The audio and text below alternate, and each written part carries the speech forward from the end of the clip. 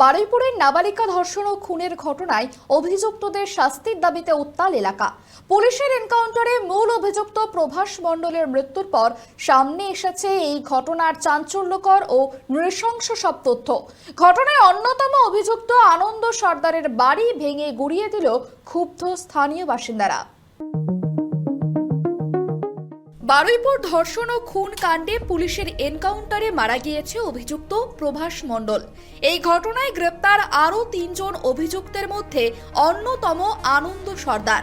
ঘটনার নৃশংসতায় বাকরুদ্ধ স্থানীয়রা। নাবালিকার ওপর এই অমানবিক অত্যাচারের খবর চাউর হতেই ক্ষোভে ফেটে পড়েন স্থানীয় বাসিন্দারা। এলাকার মানুষ সংঘবদ্ধ হয়ে অভিযুক্ত আনন্দ সর্দারের বাড়িতে চড়াও হন। মুহূর্তের মধ্যে বাড়িটি ভেঙে গুড়িয়ে দেওয়া হয়। বর্তমানে বাড়িটি সম্পূর্ণ ধ্বংসস্তূপে পরিণত হয়েছে। সূর্যপুর হাট থেকে কিছুটা এগিয়ে এসে সূর্যপুর বাজার। বারুইপুরের সূর্যপুর বাজারেই রয়েছে আনন্দ সর্দারের বাড়ি। সেই বাড়ি এখন প্রায় ভগ্নপ্রায় অবস্থায় পড়ে রয়েছে। ধ্বংসাবশেষ দেখা যাচ্ছে এই বাড়ির মধ্যে।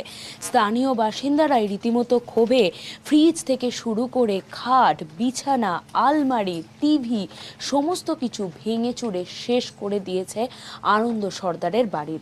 এই মুহূর্তে বয়ান রেকর্ডের জন্য আনন্দ সর্দারের বাড়ির সদস্যরা, যেরকম তার মা, তার সঙ্গে তার স্ত্রী, তারা প্রত্যেকেই এই মুহূর্তে বারুইপুর থানায় রয়েছেন। সেখানে তারা বারংবার বয়ান দিচ্ছেন। পুলিশ সূত্রে দাবি, নাবালিকাকে পুকুর লাগোয়া ঝুপড়িতে নিয়ে যায় মূল অভিযুক্ত প্রভাস মণ্ডল। সেখানে আগে থেকেই ওত পেতে ছিল আনন্দ সর্দার ও দিবাকর সর্দার।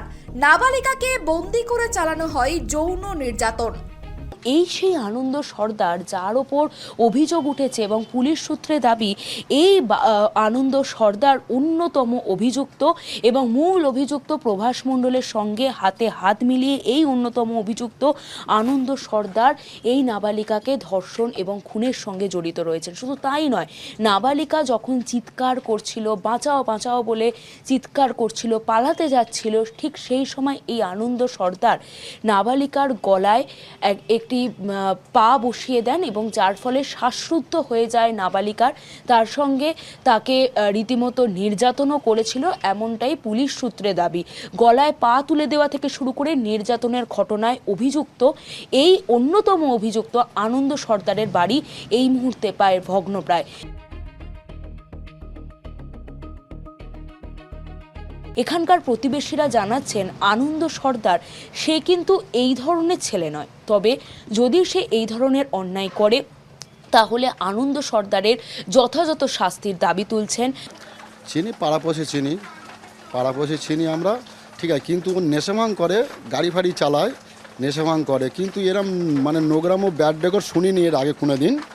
আর যদি বা পবিত্র অন্যায় করে থাকে তার সাজা ওর বাঁধা, যদি করে থাকে ওর হোক সাজা হোক। একটা ফুলের মতন শিশুর মেয়েকে যদি বা দুর্ঘটনা করে থাকে ওর পুরো ফাঁসি হোক। লোকের গাড়ি চালাতো, নেশা ভাঙ টুকটাক করতো, গাড়ি ড্রাইভারটা যেরকম কম বেশি করে ওরম করতো, কিন্তু ওর এরকম নোংরাম ব্যাড রেকর্ডটা কোনোদিন আমরা শুনিনি, ছোটোবেলা থেকে দেখিনি।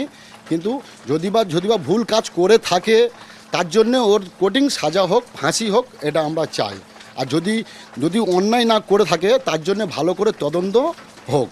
পুলিশি তদন্তে উঠে এসেছে একের পর এক চাঞ্চল্যকর তথ্য। ধৃতদের জেরা করে এই ঘটনায় আর কেউ জড়িত আছে কিনা তা খতিয়ে দেখা হচ্ছে।